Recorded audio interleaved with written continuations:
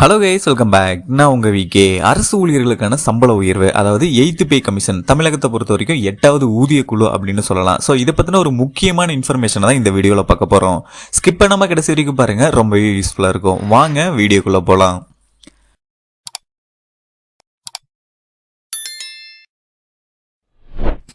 8th pay commission, அதாவது மத்திய அரசு ஊழியர்களுக்கு அவங்களோட சம்பளத்தை உயர்த்துறதுக்கு, அதே மாதிரி ஓய்வூதியதாரர்கள், பென்ஷன் வாங்குறவங்க, இவங்க எல்லாத்துக்குமே அவங்களோட சம்பளத்தை திருத்துவது, அதாவது என்னன்னா உயர்வு அப்படிங்கறத தாண்டி திருத்தம் அப்படின்னு தான் நம்ம சொல்லணும் இந்த 8th பே கமிஷன்ல. ஏன் அப்படின்னா ஒவ்வொரு 10 வருடத்துக்கும் பாத்தீங்கன்னா இது உயர்த்தப்படும். அதாவது போன 10 வருடத்துக்கு முன்னாடி, இதுக்கு முன்னாடி கடைசி எப்ப நடந்தது அப்படின்னு பாத்தீங்கன்னா 2016ல 7th பே கமிஷன் நடந்தது. அப்போ அவங்களோட சேலரி ரிவைஸ் பண்ணப்பட்டுச்சு மத்திய அரசு ஊழியர்களுக்கு. இப்போ 8th பே கமிஷன் 2026 ஜனவரியில வரப்போகுது.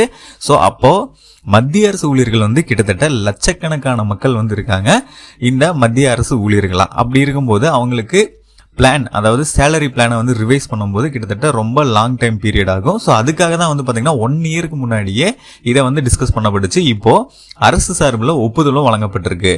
அதாவது ஜனவரி 1, 2026 அனைத்து மத்திய அரசு ஊழியர்களுக்கும் சம்பளம் ரிவைஸ் பண்ணி வழங்கப்படும் அப்படின்னு சொல்லி மத்திய அமைச்சர் அஸ்வினி வைஷ்ணவ் அப்படிங்கிறவங்க ஒப்புதல் அளிச்சிருக்காங்க. அதுக்கான பரிந்துரைகளையும் வழங்கியிருக்காங்க. ஸோ இது மொத்தமா மத்திய அரசு சார்பில் ஒப்புதல் அளிக்கப்பட்டு கம்பல்சரி நீங்க 2026 ஜனவரியில மத்திய அரசு ஊழியர்களுக்கான சம்பளத்தை உயர்த்தலாம் அப்படின்னு சொல்லியிருக்காங்க. இப்போ நம்ம இதுல மெயின் என்ன பார்க்க வேண்டியது இருக்கு அப்படின்னா, இந்த சம்பள உயர்வு எவ்வளவு வரும் அப்படின்னு சொல்லி தான் பார்க்க போறோம். எந்த அளவுக்கு எதிர்பார்க்கலாம் அப்படின்னு சொல்லி பார்க்க போறோம். இதுல 2 மெயினான டாபிக் என்ன அப்படின்னா, 2006ல 6th பே கமிஷன் வந்தது, 2016ல 7th பே கமிஷன், இப்போ 2026ல பாத்தீங்கன்னா 8th பே கமிஷன் வரப்போகுது. ஒவ்வொரு 10 வருஷத்துக்கும் பாத்தீங்கன்னா இந்த சம்பள உயர்வு அப்படிங்கிறது உயர்த்தப்படுது. இப்போ அது எவ்வளவு பர்சன்டேஜ் ஹைக் பண்றாங்க அப்படிங்கறத ஃபர்ஸ்ட் ஒரு கம்பேரிசன், அது போக இப்ப கடைசியில என்ன நடந்திருக்கு அப்படிங்கறதையும் பாத்துடலாம். இப்ப 8th பே கமிஷன்ல எவ்வளவு எக்ஸ்பெக்டேஷன் அப்படிங்கறத நான் உங்களுக்கு சொல்லிடுறேன். அதாவது 8th பே கமிஷனை பொறுத்த வரைக்கும் பாத்தீங்கன்னா, இப்போ எல்லா எக்கனாமிக் சேனல்ஸ் அது போக எல்லாத்துலயுமே சொல்ற அடிப்படையில பாத்தீங்கன்னா ஃபிட்மேன் ஃபேக்டர் அப்படின்னு ஒன்று இருக்கும். அதாவது என்ன அப்படின்னா, பொருளாதார அடிப்படையில எவ்வளவு சம்பளம் உயர்த்தலாம் அப்படிங்கறத ஃபிட்மேன் ஃபேக்டர்ல தான் எல்லாருமே தெரிஞ்சுக்குவாங்க. ஓகேங்களா? அது எதை பேஸ் பண்ணி எடுக்கும் அப்படின்னு பாத்தீங்கன்னா, இப்ப 10 வருஷத்துக்கு முன்னாடி பாத்தீங்கன்னா ஒரு பொருளாதார நிதிநிலை இருந்திருக்கும். என்ன அப்படின்னா, அது ஒரு காய்கறி வாங்குறீங்க, அது ஒரு கேட்டகரியில இருந்திருக்கும். ஒரு பொருள் வாங்குறீங்க, அதாவது எலக்ட்ரிக்கல் பொருள் வாங்குறீங்க அப்படின்னா அது ஒரு கேட்டகரியில் இருந்திருக்கும். இந்த ஜிஎஸ்டி எல்லாமே வேரியேஷன் ஆயிருக்கும். கடந்த 10 வருஷத்துக்கு முன்னாடி கம்பேர் பண்ணும்போது இப்போ கரண்ட்ல 2026ல பொருளாதார வளர்ச்சி, அது போக விலையுறவு அப்படிங்கிறது ரொம்பவே அதிகமா இருக்கும். ஸோ அதே கேட்டகரியில சம்பளம் போடக்கூடாது. இப்ப கரண்ட்ல என்ன இருக்கு, என்ன சிச்சுவேஷன், என்ன பொருளாதார நிதிநிலை அப்படிங்கறத கண்காணிச்சு அதுக்கு தகுந்த சம்பள உயர்வு எவ்வளவு கொடுக்கலாம் அப்படின்னு சொல்லக்கூடியதான் பாத்தீங்கன்னா ஃபிட்மேன் ஃபேக்டர்.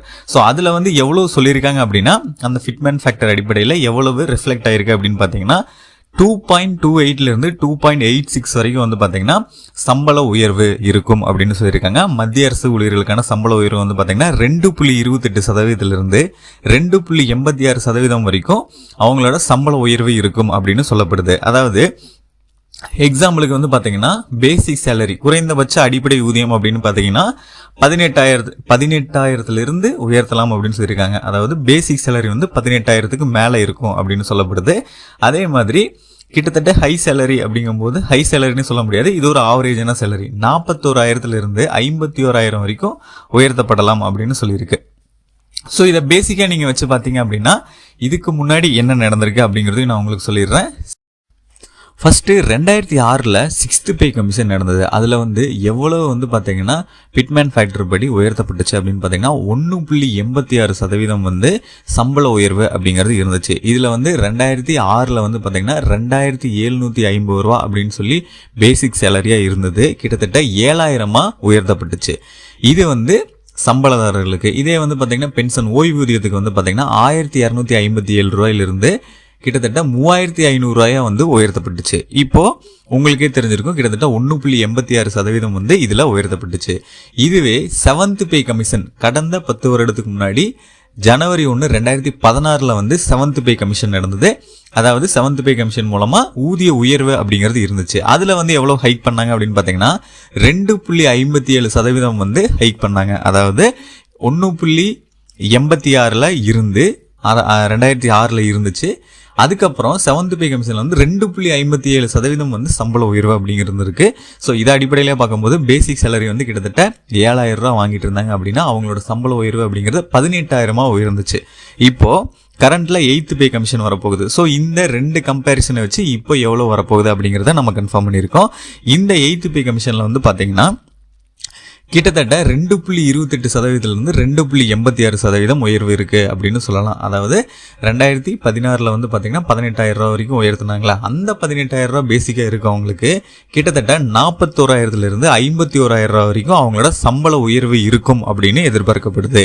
இதே மாதிரி பென்ஷன் வாங்கிட்டு இருக்கவங்களா ஓய்வூதியதாரர்கள் அவங்களுக்கு வந்து பாத்தீங்கன்னா கிட்டத்தட்ட 2% மேல வந்து 2% மேல 2% மேல வந்து சம்பள உயர்வு அடிப்படையில பென்ஷன் வழங்கப்படும் அப்படின்னு சொல்லப்பட்டிருக்கு.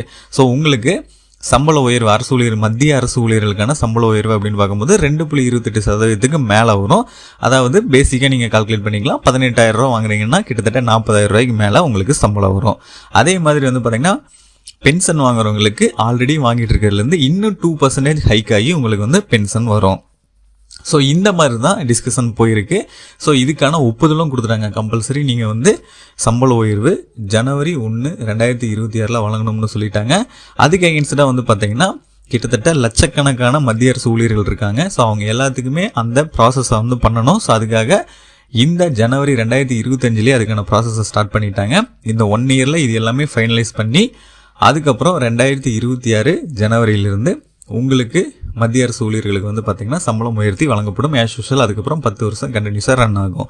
இப்போ மத்திய அரசு ஊழியர்களுக்கு வந்து சம்பளத்தை ஹைக் பண்ணிட்டாங்க அப்படிங்கிற சமயத்தில் கூடிய நாட்களில் வந்து பார்த்தீங்கன்னா மாநில அரசு ஊழியர்களுக்கு சம்பளம் உயர்த்தப்படும். இது எதை வச்சு பண்ணுவாங்க அப்படின்னா மத்திய அரசு ஒரு பெர்சன்டேஜ் கேட்டகரியில் வந்து கொடுத்துருந்தாங்களா, ஸோ அதுக்கு அகேன்ஸ்டாக மாநில அரசு வந்து பார்த்தீங்கன்னா அவங்களோட சம்பள உயர்வை இமீடியட்டாக உயர்த்திடுவாங்க.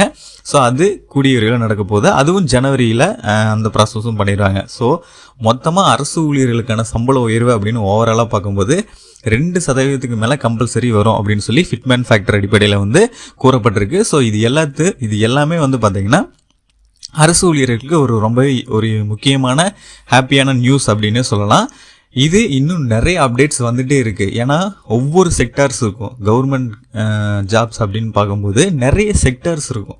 ஸோ ஒவ்வொரு செக்டார்ஸுக்குமே வந்து பார்த்தீங்கன்னா அவங்களுக்கு எவ்வளோ பேசிக் இருக்குது, அதே மாதிரி அவங்களுக்கு எவ்வளோ ஹையர் சேலரி அப்படிங்கிறத பொறுத்து இந்த பர்சன்டேஜ் வச்சு அவங்களோட சேலரி வந்து வேரியேஷன் ஆகும். ஸோ அது எல்லாமே இனிமேல் வரப்போகுது. இந்த இயரில் அதை தான் ப்ராசஸ் பண்ண போகிறாங்க.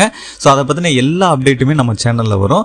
ஸோ அதை பற்றி நீங்கள் தெரிஞ்சுக்கணும் அப்படின்னா நம்ம சேனலில் தொடர்ந்து பாருங்கள். சப்ஸ்கிரைப் பண்ணாமல் யாராவது இருந்தீங்கன்னா மறக்காமல் போய் சப்ஸ்கிரைப் பண்ணிக்கோங்க. நம்ம சேனலில் இந்த மாதிரி இன்ஃபர்மேஷன் சம்மந்தப்பட்ட வீடியோஸ், பணம் சம்மந்தப்பட்ட வீடியோஸ் நிறைய போட்டிருக்கோம். ஸோ யாராவது பார்க்காம இருந்தீங்கன்னா பாருங்கள். இல்லை இந்த வீடியோக்கு இப்போ தான் நான் புதுசாக வந்திருக்கேன் அப்படின்னா நம்ம சேனலை யாராவது சப்ஸ்கிரைப் பண்ணாமல் இருந்தீங்கன்னா மறக்காம போய் சப்ஸ்கிரைப் பண்ணிக்கோங்க. அப்படியே பக்கத்தில் இருக்க பெல் பட்டனையும் கிளிக் பண்ணிடுங்க. அப்போ தான் நான் போடுற ஒவ்வொரு பயனுள்ள வீடியோ உங்களுக்கு உடனுக்குடனே நோட்டிஃபிகேஷன்லாம் வந்து சேரும்.